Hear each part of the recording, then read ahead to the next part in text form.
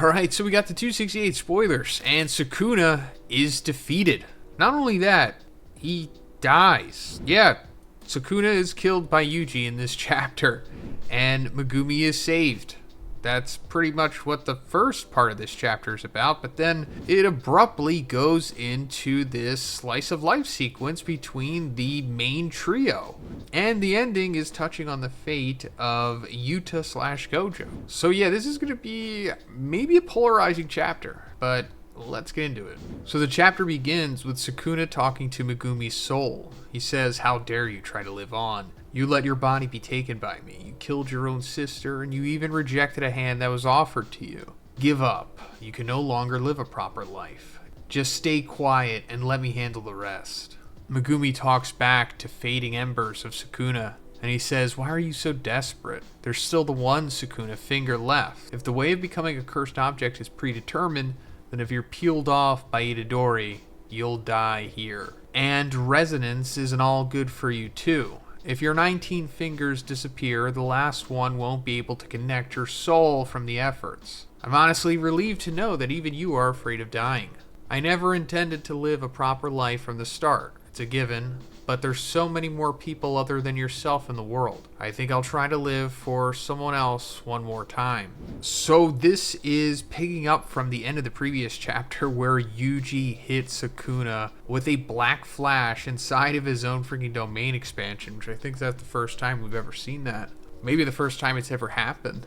And the result of that punch led us to this sequence where Sukuna has been talking to Megumi, but apparently this is actually like the Requiem sequence of Sukuna, because Megumi is just, he's good now. Well, soon he will be, but he's definitely coming around, as we saw in the previous chapter, or the chapter before that. Back to reality. As Yuji's domain crumbles, Sukuna's reincarnation gets undone on Megumi's body. Sukuna screams in agony as he's peeled off Megumi's body. He's finally free from Sukuna's clutches. So this is really interesting. Sukuna is now like this tangible mass of flesh that is being literally ripped from Megumi. And he looks the most like a curse at this point than he ever has. Like, he doesn't even look like Sukuna anymore. And when he's done and he's like plopped on the ground, he kind of becomes like this toad looking like thing. So this is really interesting because it's like, what? How? Because when Sukuna took over Megumi's body, when he was transferring from Yuji, he was kind of just chilling there for a little bit, and it was only till after Gojo was defeated. But first, let's talk about Poly AI, which has over 10 million downloads worldwide, because it allows you to create your own unique character chatbot by yourself and talk with others. Check it out. You can pick the character type, you can give them a name, you can pick multiple of the styles that you like, give them a description, and then it'll give you a few options from the choices you've made. Then you can pick a voice. Little troublemaker. Try not to bother me. You can also pick their emotional status, their orientation, and their relationship to you. Once everything was done, I got Lilith. Sup? Hey, what kind of pizza do you like? I like pepperoni and mushroom pizza. That's pretty casual. Yeah, I like casual food. What about you? No, I only like competitive ranked food. You can also talk to tons of already existing characters or a bunch of other characters users have created. Like, I was able to talk to Nobara from Jujutsu Kaisen. Come on, please. I really need that money. Start an OnlyFans. You want me to do an OnlyFans? I was also able to talk to Gojo. Throughout heaven and earth, I alone am the honored one. Throughout Skibbity and Riz, I am the Sigma. You're a Rizla. So guys, you can download Poly AI right now by using the link in my description, and in the app, make sure you redeem my code ZONE88 for a free 3-day trial. Thanks guys. That he suddenly was able to just go into his Heian era form. Sprout, extra arms, get bigger, whatever was going on with his right eye. It's not really fully explained what he did, I guess, and I suppose it never will be, but whatever he did gave him this extra tissue that was like, I guess, molded over Megumi's body.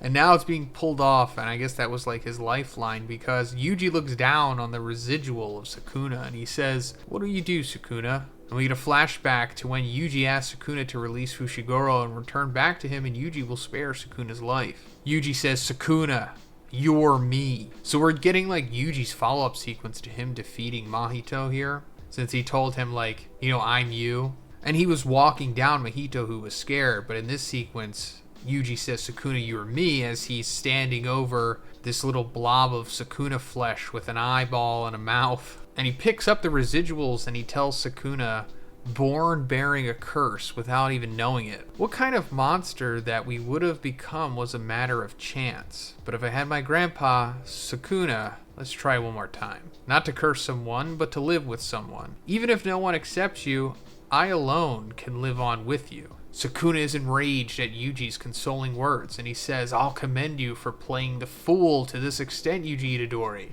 Don't underestimate me, I'm a curse. The scene shifts, and Uraume realizes that Sukuna lost. Hikari asks what they'll do now, and Uraume says, I already told you, it's the end. There's no meaning to anything anymore. Uraume says that the only logical reasoning for Sukuna's defeat is that he was in an incarnated body.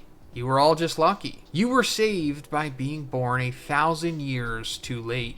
Hikari says, I was just lucky, huh? That's the highest praise I could receive. Uraume's body slowly crumbles away as they say, indeed. So that is the end of Uraume versus Hikari. They kind of just fought to a stalemate, and Uraume dies because Sukuna died? I'm not really sure what's happening here. Is like Uraume taking themselves out with like some kind of ice thing? But let me also point out that I'm going to go way more into this chapter in my chapter review, which hopefully will be out tomorrow morning. There's a lot of things I really need to think about with this chapter. But anyway, we're cutting away because the scene is shifting to Megumi finally waking up, and he asks, what are you two doing? As he looks at Yuji and Nobara goofily trying to surprise him. So yeah, like the culling games are over, I guess? And we're just at Jujutsu High. We're somewhere where the trio is here with Megumi. And Nobara and Yuji say that a Kugisaki survival surprise. Megumi says, I see, my bad. And Nobara says, the class is Madonna. Who everyone thought was dead turned out to be alive. Shouldn't you two be surprised that you'd wet yourself or cry out of joy? And Yuji says that he cried a little when the residence was hit. Megumi says that he wasn't really surprised since he saw what happened inside Sukuna. Yuji then takes out letters written by Gojo, and Yuji says that Shoko gave them to him. Nobara says, I feel you. This is totally not like him. It's slightly gross to even imagine him writing letters. Megumi notices that there are only 2 letters, and Yuji says that he didn't get one because he had to talk with Gojo directly. Nobara reads her letter and instantly crushes it. And she says that it had info about her mother's whereabouts. And Yuji says, oh, did you even want to know in the first place? And Nobara says, no. Not at all. Nobara asks if Megumi received some kind of special great authorities, but Megumi starts laughing as he reads his letter. Yuji and Nobara gets curious, seeing Megumi laughing, and reads his letter, but they are left flabbergasted. We see Megumi wholeheartedly laughing as we see the letter from Gojo says, unfortunately, your father isn't around anymore because I killed him. Sorry. So that's a little funny dark humor that Megumi seems to appreciate here. Gojo killing Toji, of course. Nobara then says that they have to meet up with Maki and the others. She also tells Megumi to attend. Yuji says that he has to apologize and thank everyone.